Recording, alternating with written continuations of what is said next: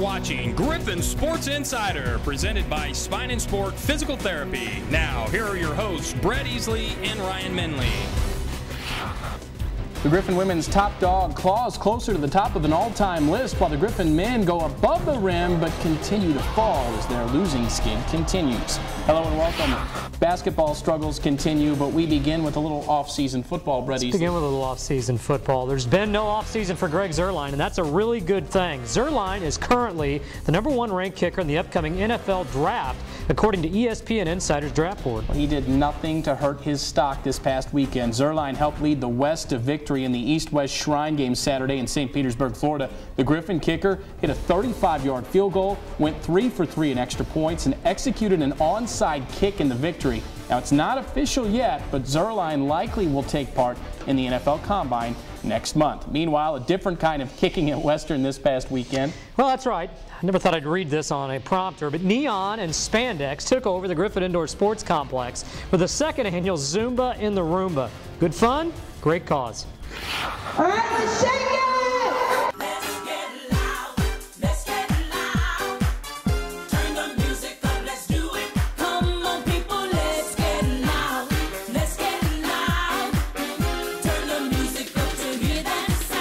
Welcome to the second annual Zumba in the Roomba. I thought I'd lead by example. I've never done Zumba before, but what an exciting time it is. And look at all these people.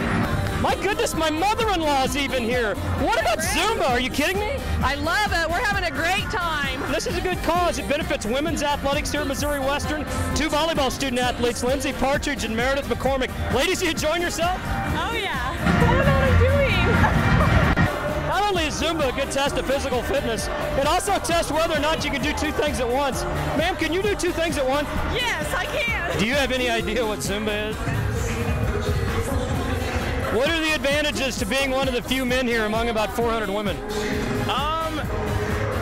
Staring at all the women, I guess. And Do you have a favorite Zumba move? At least we have a demonstration. I like it. Did you know we were trying to set a world record today? Yes. How do you guys feel since you're not Zumbaing and you're not officially getting counted? What if we come up 3 short of the world record? Well, we've talked to event participants. Let's talk to event organizer Jen Bagley. Coach Bagley, you happy with Zumba and the Roomba, the second annual? Absolutely. I mean, you look out here and see all these people having fun, and how can this be anything but a success? Now, obviously a great success. People are having a good time. Do we have an official count yet? Well, the official count is 525 participants. 525, and obviously didn't get the world record, but more than last year, though, right? We did not get the world record, but we beat our own personal record, and that was our first goal, so we're pleased with that. Well, we've met our goal. People are clapping their hands. Why is Zumba so popular? What's the deal with Zumba? You know, I think it's popular because it's like the fake workout. It's a party. It's fun. I mean, that's what they say. It's a party, and it is. A $10 minimum donation. All these funds go to a good cause, don't they? Yeah, the YWCA Choices program is our first recipient of the money we raised today, and all of the money that we raise completely funds that program. If we don't raise the money, they don't have the program, and so we're really proud of that. And then the rest of the money goes to our women's athletic program here at Missouri Western. Well, and as you can see, folks, the second annual Zumba in the Roomba presented by Drury Hotels and Blue Cross Blue Shield of Kansas City. And we've been telling you the whole time that people of all fitness levels can do this, not just people in great shape.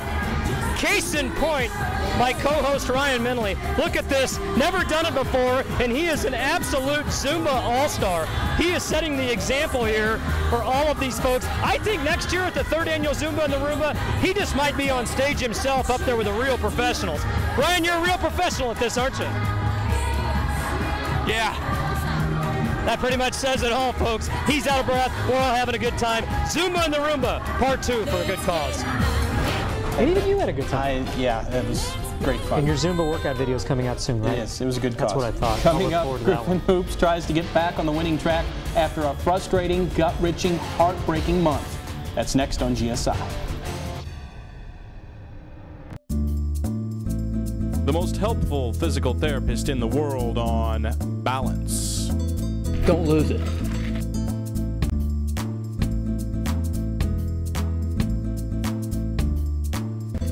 Stay healthy, my friends.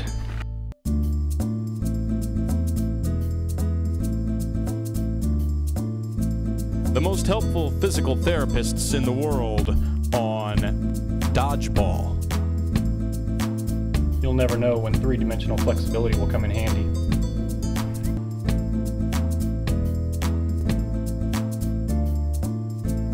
Stay healthy, my friends.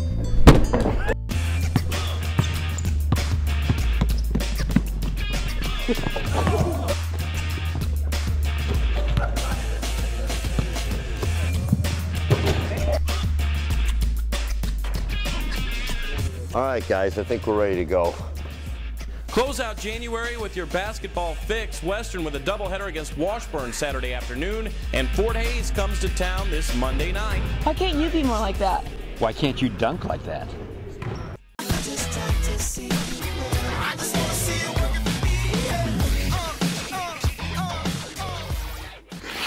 Welcome back. If anyone knows a good voodoo doctor, I think Tom Smith could use one. Well, the Griffon men have been absolutely cursed, Brett Easley. The losing streak now sits at 8 in a row. Many of the games coming down the wire, with Western finding new, heartbreaking ways to fall every week. Wednesday, Western men hoping to snap their losing skid at Southwest Baptist. Pick it up, final seconds, first half. James Harris trying to play beat the buzzer. That he does. Griffs go to the breakdown, 34-29. Mr. T in the house in Bolivar. Levante Douglas, what up, fool? Hoop, harm, he had 15 points, 17 rebounds. Griffins within 4. Later on the break, Douglas to T.J. Johnson, the alley-oop, lay up to Freddie Manyawu.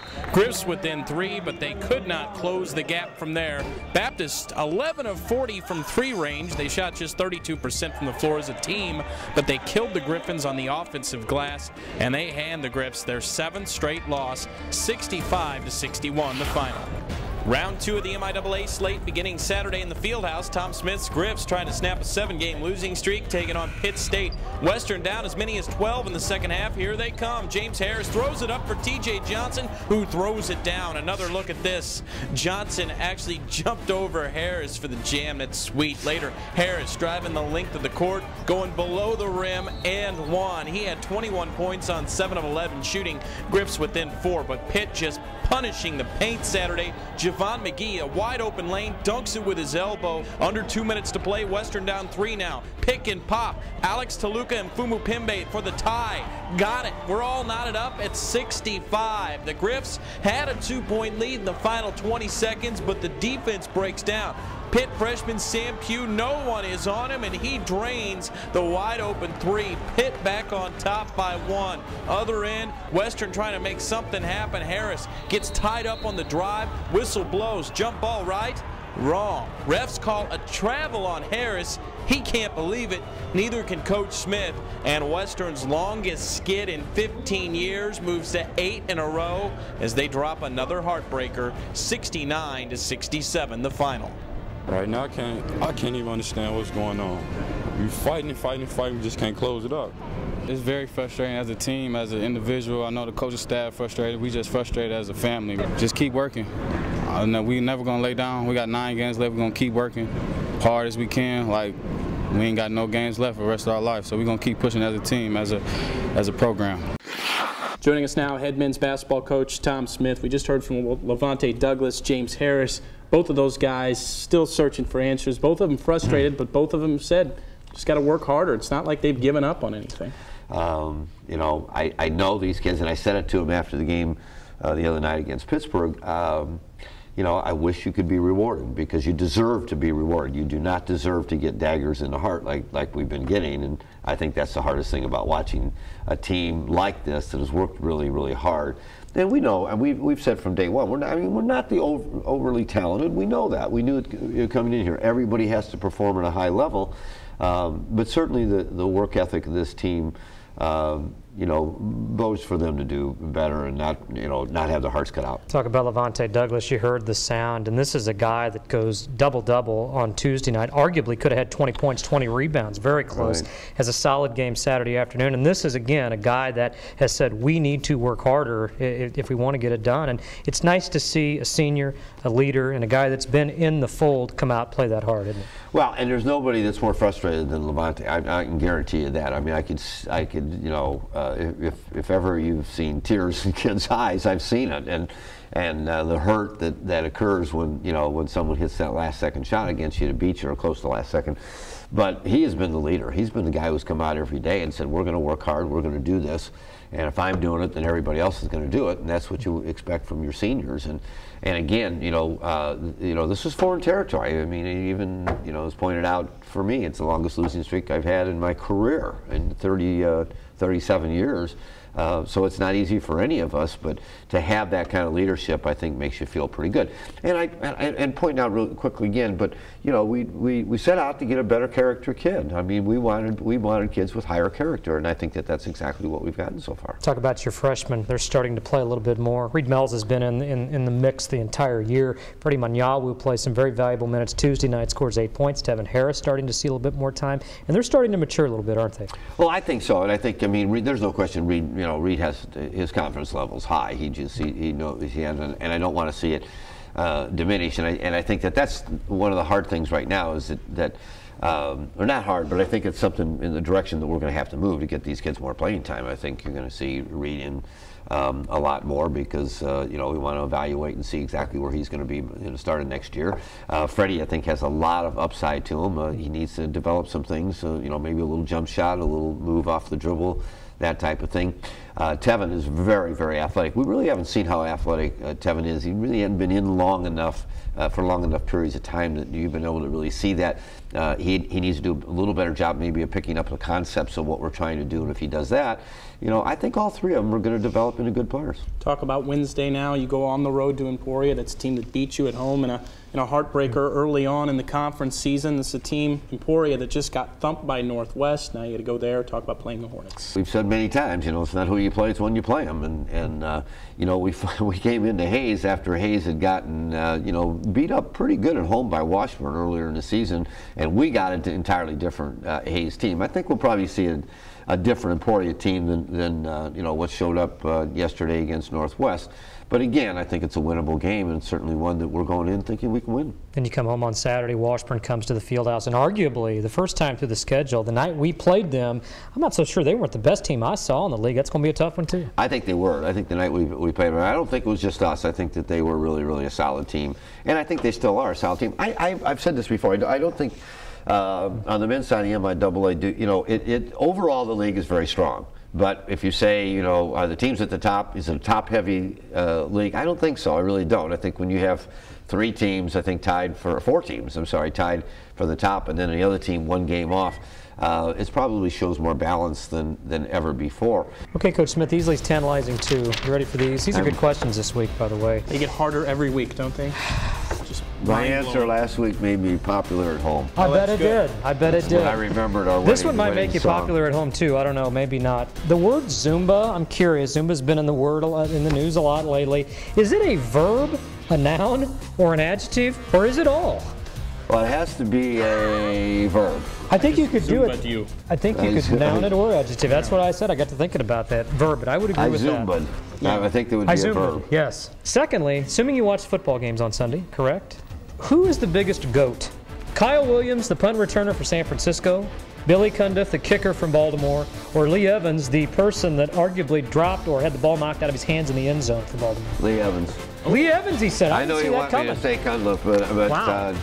When you put it in the hands of a non-football player that just does the kicking, I'm sorry, you're asking for trouble. Put it on his foot. Never go to the kicker. That's right. The moral of the story. Never go to the kicker. Coach Tom Smith, good luck on Wednesday in Emporia. We'll see you home on Saturday. Thanks, man. We'll be right back.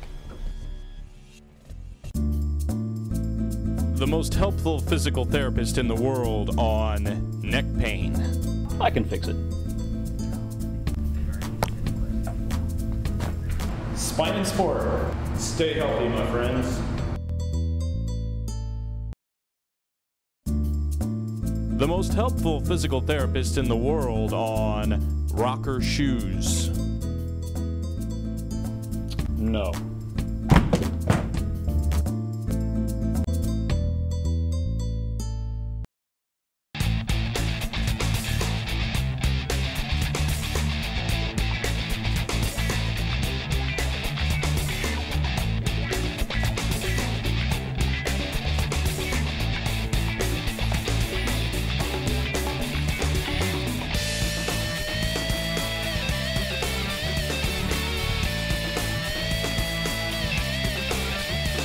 the pros at Spine and Sport Physical Therapy. Your first choice, the right choice. Jessica Koch is on a frantic pace to rewrite school record books. The senior guard needs just 206 points in the final 9 games to become Western's all-time leading scorer. She's currently at 1,544 career points. Welcome back. It was a career week for Koch last week, but it was not a banner week for wins. The Griffins fell to the MIAA's last place and first place teams. Here's the highlights. Wednesday, the Western women in a Wild West shootout at Southwest Baptist. Jessica Koch absolutely cooking first half. The fast break 3, then the killer crossover 2. 20 first half points for the senior guard. Griffs go to the half down 44-39, but the Bearcats on fire in the second half. Shot 62% in the frame, built a 9-point lead. Western couldn't miss either, and they came clawing back. Abby Stone, the dumbbell pump and one. She had a career high 16 points. Griffs heating up, running hard down the stretch. 2:30 to play. Koch gives the Griffs their first lead since the first half. It's 81-80. Back and forth we go from there. 45 to play. SBU's Tanis Spaney. Big 3 of her own. Baptist back up 2. Where's the D in this game? Other side, Koch, immediate answer. She had a career high 38 points on 17 of 28 shooting. We're all tied at 85. Same score, 3 seconds to play. Koch trying to win it. 35-footer just off the rim. So we are going to overtime. Extra period. Here comes Ashley Curry, the beautiful spin move here. She had 25 points. 20 seconds to play now. Griffs down 2 more from Curry. Drives, draws the whistle, drops the shot. 3-point play. She'd hit the free throw, and the Griffs reclaim the lead by 1. Final seconds. Baptist Brittany Dukes drives, drops. She had a career high 31 on the night. Baptist reclaims the lead. Western turns it over on the inbounds, and that's the ball game. Western drops a heartbreaker in Bolivar. 100-99 the final. A tough loss for the Griffs. I don't know. It's just we didn't have our heads tonight defensively. I think the intensity that we had in the last 6 or 7 minutes was completely different than the rest of the ball game, and that's you can't do that, especially on the road. In basketball, if you just trade baskets, you're gonna go into overtime and maybe lose by 1, you know, and that's not fun. Round 2 of MIAA play beginning Saturday. Western women taking on the conference's top team, 15th ranked Pitt State. This picture kind of sums up how things went for the Griffs on this day. Western ice cold, shot just 22% in the first half. Pitt 66% in the first half. That's a big differential, and that equals a brutal first half blowout. The Lady Gorillas went to halftime with a 45-18 lead, and this guy has no idea where he is or what's going on. Second half, Griffs trying to chip away. Ashley Curry, unbelievable court awareness. A no-look full court hookup with Jessica Koch. Koch 24 points on just 6 of 18 shooting. She was double, sometimes triple teamed much of the day. Here, a nice ball movement to Bear Bell for 2 of her 11 points. Later, Ashley Curry, playing in her first home game in 5 years, gets the board and put back. She had 11 points, 13 rebounds. Western outplayed Pitt in the second half, but way too little, way too late. The Gorillas buried 14 threes on the day, and they rolled to an 86-68 victory. They run their record to 16-2. Western falls to 5-11. It doesn't feel good at all, and this was going to be hard to come back from because there wasn't a lot of good that came from us today. You know, we definitely just did not play like ourselves. Well, defensively, I don't want to bring this back up again, but we give up 100 against Pitt State. We give 100 against Southwest Baptist, excuse me. Pitt State shot the basketball very well. You've seen the tape. What are you seeing? Is it just a team shooting it in? Now, SBU shot it in pretty well at times, but what are you seeing on film that may be hurting us defensively? Well, at SBU, I think they did shoot the ball, and they have been very competitive at home. I mean, Central just barely won by 1 point the other night, Saturday, again down there too. So I think they're a much better team than what their record shows, and statistically, they're not a bad shooting team too. And they shot the ball very well. Not to give us any excuses, because we did some things defensively that just.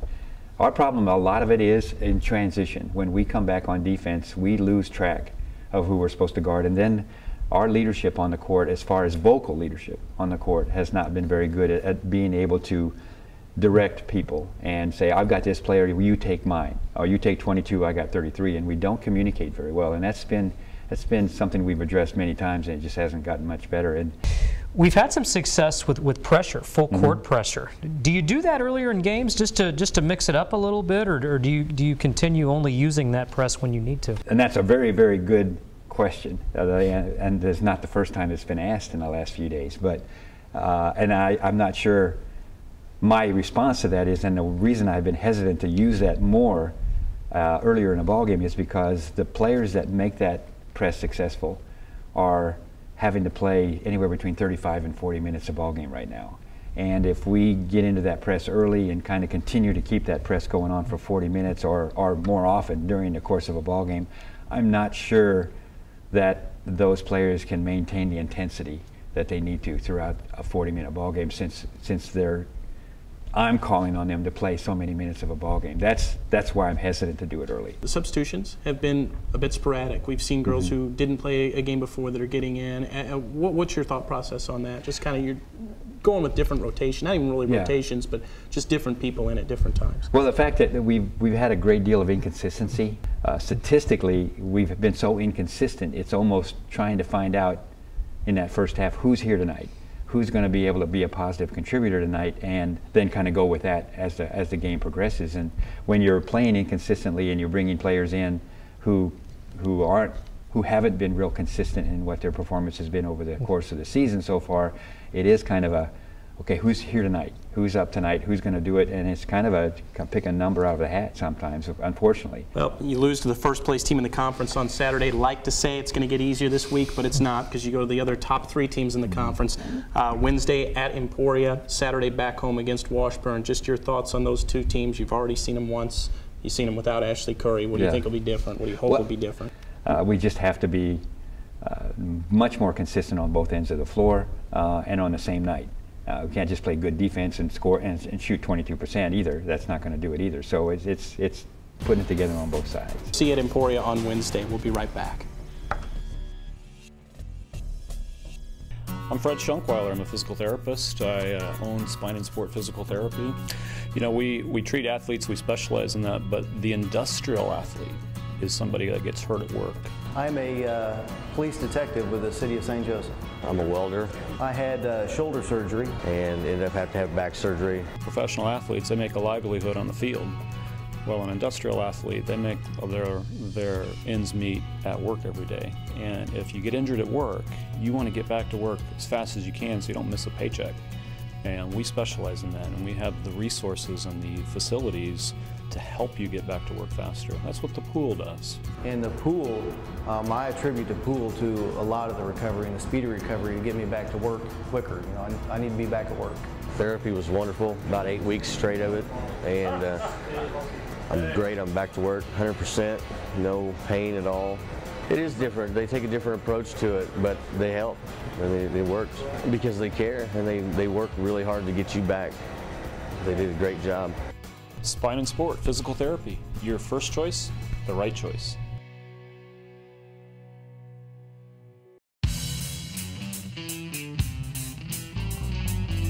All right, we're here with Griffon basketball players Jessica and Freddie to do a demonstration on what we call the danger zone. The transformational zone is where the athlete has to change directions.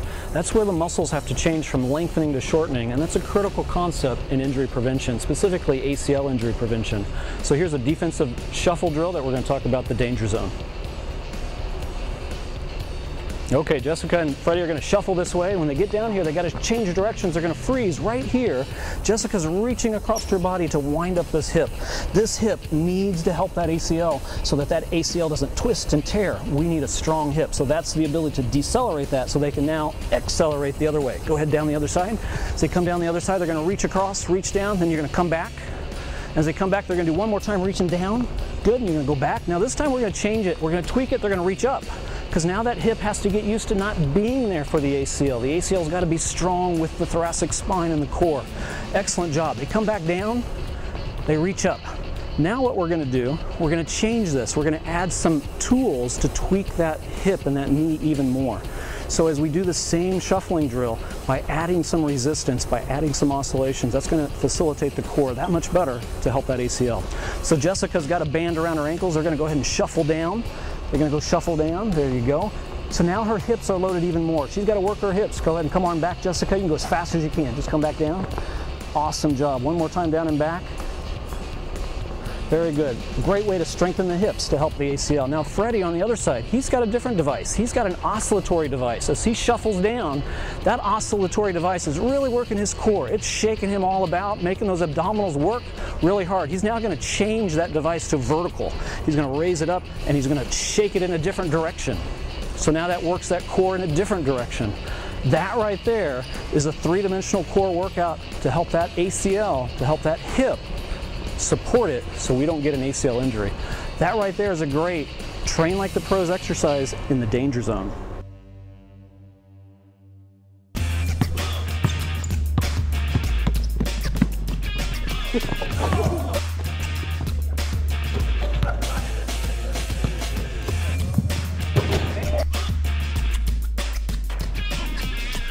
All right, guys, I think we're ready to go. Close out January with your basketball fix. Western with a doubleheader against Washburn Saturday afternoon, and Fort Hays comes to town this Monday night. Why can't you be more like that? Why can't you dunk like that? And welcome back. We wrap it up with the pick'em, but first we wrap it up with I think the folks are in play. Suspense who we're going to be this week. Yeah, well, they certainly are, aren't it's the they? NFL GOAT, so why wouldn't it be? Why wouldn't it be? Absolutely. So we'll start with you, Brett Easley. Yes, I'm a you GOAT. You are Baltimore Ravens kicker Billy Cundiff. Oh, baby, that's you a big cost GOAT. your team a chance at overtime and a chance at the Super Bowl. Ray Lewis is looking for you in a dark alley. What do you have to say for yourself? Well, first of all, you're going to provide me bodyguards because I probably need them. I need to change my name, my cell phone, get my name out of the phone book. I got to make a 32-yarder. I can kick that in my sleep. I was 16 for 16, under 40 yards. I blame Jim Nance. He jinxed me. He said that on the broadcast, and right when he said it, I pulled it left. My job should be on the line. That is inexcusable. I let my teammates down. Greg Zuerlein's available, Baltimore Ravens. My turn. Ryan, speaking of GOATs, you are San Francisco 49ers punt returner Kyle Williams. Not once, twice. What are you doing? Well, fumbling the ball. That's what I'm doing. I can't hold on to the ball in a situation because you still got to stop them. But you did it twice. I did it twice. But you know what? Alex Smith just wasn't good enough to win that football game. I put all the blame on the quarterback. The better quarterback won. The better team won. And deflect the blame. I like that. Deflecting That's the perfect. blame. I like yes, to do blame it. somebody else. Let's go with the pick'em now. Brett Easley, you get to not wear this. Oh, this is man. all on me. For New Year. Trying to make you feel good. Keep you honest. Yeah, well, You're wearing the sweater today, gold and black. I went 5-0 last week. That was really good. You went 3-2. You picked Mizzou. I did. Mizzou's pick my Mizzou team. to You win. picked him. How about that? Let's go at it this week. Teaches me a lesson. 2 MIAA men's basketball games. Northwest at Washburn is the first one. Yes. You know what? I think both of these teams are good. In fact, like I said, I thought Washburn was the best team I saw through the first half of the schedule, but I'm taking Northwest. I tell you what, they pounded Emporia State. They're due for a big road win. I think they go in and beat the Ichabods. Give me the Bearcats. That's a bold pick, and I've picked Northwest a lot, but I disagree with you. Give me Washburn. I think Washburn's just too good at home. Let's go with the next one. Central Missouri at Missouri Southern. 2 more good men's basketball teams. 2 good men's basketball teams. I tell you what, I'm surprised Central Missouri's done a little bit better than they are. I want to pick the upset special here, but I'm not going to do it. Hard to beat Missouri Southern there. I think their style of play, Jason Adams, King Tolman, have a good day. Give me the Lions. Give me Southern at Southern as well. College basketball, we're not going to pick one game. We're just going to pick it overall. A series of games. Mizzou yes. up to number 2 in the nation this week. They have 3 games in 5 days, though. At Oklahoma State Wednesday, home versus Texas Tech Saturday, and at Texas on Big Monday. None of those other teams are ranked, but here's the question. Will they go 3-0? I don't think so. I think they go 2-1. I think they probably lose Big Monday. Texas getting better. They should have beat KU last Saturday, and that's a tough game coming off an emotional Baylor win on the road at Oak State, home for Texas Tech. And you got to get on a plane and fly to Austin. 2 days later. 2 days later. That's going to be tough. If they get through that one, look out. Look out. Well, look out already. Yeah, but, look out already. That's tough. They're going to go 2-1. I agree with you. They're going to lose at Texas on Big Monday. They'll go 2-0 this week, though. Brett Easley, that is GSI for this week. Find Max on Twitter at GoGriffins and check us out on our website, gogriffins.com. And as always, Brett Easley. Go Griffs.